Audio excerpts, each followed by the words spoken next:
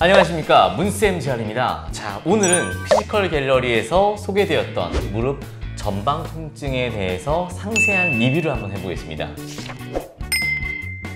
무릎 전방 통증으로 고생하시는 분들이 많으시더라고요. 네, 맞습니다. 그런데 생각보다 저한테 무릎 전방 통증으로 문의를 주시는 분들 중에 여성분들이 상당수입니다. 피게 영상에서도 소개가 되었지만 Q 앵글이 남성보다 여성이 더 범위가 넓은데요. 이게 그럼 영향이 있는 건가요? 네, 맞아요. 이러한 특이성과 평소의 자세 그리고 보행 패턴들로 인해서 무릎에 통증을 호소하시는 분이 많았어요. 자, 먼저 자세를 보면은 다리를 이렇게 안쪽으로 이렇게 모아서 있거나 혹은 꼬아서 있는 경우가 많은데, 이렇게 되면은 이 안쪽이 짧아진 형태가 되겠죠. 그러면은 이렇게 서게 됐을 때 안쪽으로 당기는 힘 때문에 이런 옆쪽에 있는 근육들이 상대적으로 좀 팽팽해질 거예요. 그리고 이런 근육의 불균형은 보행을 할 때 무릎의 안정성을 위해서 더 많이 활성화가 되게 됩니다. 특히 앞쪽에 있는 이 대퇴사두근은 더 큰 힘으로 수축하게 되니까 무릎의 압박력이 강해져서 슬개골의 위치가 위쪽으로 딸려 올라갈 수도 있고, 또 슬개골이 딸려 올라간 만큼 밑에 쪽에 늘어난 슬개건에 통증이 나타날 수도 있어요. 이렇게 오랜 시간이 지나게 되면은 이 무릎이 아파서 본인 스스로 다리를 구부리는 동작 자체를 좀 하지 않게 됩니다.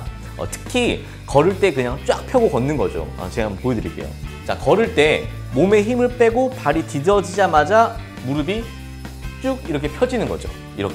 이렇게 무릎을 펴지게 걷게 되면은 이 밑에서 올라오는 지면 반발력을 흡수해주는 대퇴사두근이 전혀 역할을 못해서 무릎에서 그 힘을 다 견뎌내야 되는 거죠. 그러면 그냥 예를 들어 그냥 의자에 앉아 있는 자세에서 쉬고 있을 때도 딸려 올라가 있는 슬개골, 늘어난 슬개건 또는 허벅지 근육의 불균형으로 인해 통증이 생기겠네요. 네, 맞습니다. 정확해요. 만약 이런 상태에서 운동을 한다? 스쿼트를 좀 예를 들어보면은 이미 긴장도가 높은 허벅지 근육으로 인해서 슬개골이 위쪽으로 딸려 올라가고 있는 상태에서, 자, 무릎을 구부리면 어떻게 될까요? 조금만 구부려도 아플 것 같아요. 네, 맞아요. 90도만 구부려도 통증이 생길 거예요. 자, 그런데 거기서 자, 쭉 늘어나죠? 그럼 슬개골도 늘어나겠죠? 자, 이렇게 90도만 구부려도 통증이 생길 거예요. 근데 거기서 누군가 이렇게 저항을 주거나 풀스쿼트 범위로 가게 되면은 정말로 힘든 상황이 생기게 됩니다. 그냥 좀 힘드네요. 이미 활성화되어 있는 대퇴사두근 때문에 슬개골이 위쪽으로 딸려 올라간 거잖아요. 그러면 당연히 슬개건, 여기서 여기까지의 길이가 늘어난 상태가 되겠죠. 이런 일반적으로 늘어난 상태인데 내가 여기서 더 내려간다? 그러면은 당연히 통증이 생기게 되는 거죠.